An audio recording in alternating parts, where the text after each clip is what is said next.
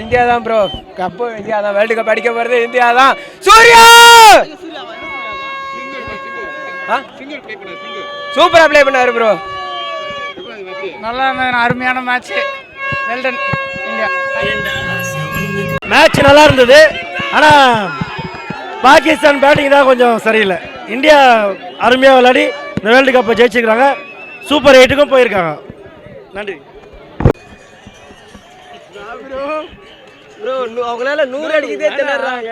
நான் என்ன ப்ரோ சொல்கிறேன், அவங்க ஆடுறாங்களோ இல்லையோ ப்ரோ, சரிங்களா, இந்த ஏதோ ஒரு டைப்பில் அவங்க பால் போடுறாங்க ப்ரோ, சரிங்களா, போடுறாங்களோ இல்லையோ, ஆனால் அவங்க எப்படி சொல்கிறது, முன்னாடி வாய் விடாமல் இருக்கணும் இல்லை ப்ரோ. அவர் உஸ்மான் தாகிர் அவ்வளோ இதுவாக சொன்னார், நான் தான் வந்து எப்படி சொல்கிறது, அவர் ரொம்ப டேஞ்சரஸாக இருப்பான்ற மாதிரிலாம் சொன்னார்.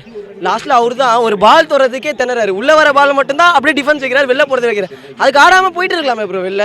அதுதான் ப்ரோ, அவர் என்ன ஆடுறாரோ இல்லையோ சரி ப்ரோ, அவங்க கேமா அவங்க ஆடிட்டு போட்டோம் ப்ரோ, வாய் விடக்கூடாது ப்ரோ, அவ்வளோதான் ப்ரோ.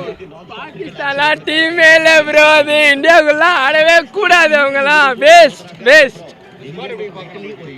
என்ன ப்ரோ ப்ரோ ஸ்குவாடு நான் தான் சொல்கிறேனே ப்ரோ, இவங்களோட டீமுக்கு 11 பேர் பவுலராகவே போகலாம் ப்ரோ, அவ்வளோதான் ப்ரோ சொல்ல முடியும். என்னோட இது பார்த்தீங்கன்னா, அவங்க அடித்த ஸ்கோரு இஷான் கிஷனை விட்டு இருந்து அவரே மொத்த ஸ்கோர் அடிச்சு போயிறாரு ப்ரோ. அதாவது அநேகமாக ஃபஸ்ட்டு பேட்டிங் அவங்க எடுத்து செகண்ட் பேட்டிங் இந்தியா ஆடி இருந்தால் இஷான் கிஷனே முடிச்சிருப்பார் ஃபுல்லாக. இந்த வாட்டி கப்பு மிஸ் ஆகாது, 2026 கப்பு நம்மளது தான்.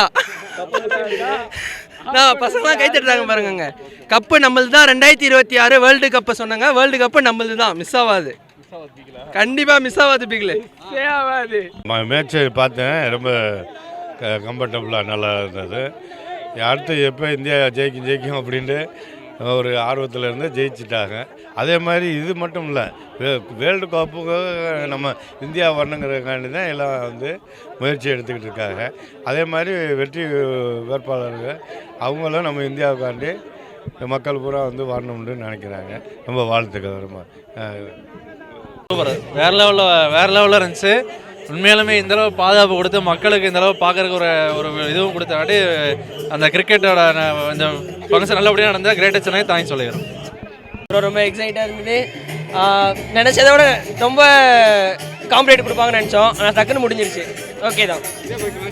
என்ன ப்ரோ 4 நாளாக வெயிட் பண்ணிகிட்டு இருக்கேன் ப்ரோ இதுக்காக.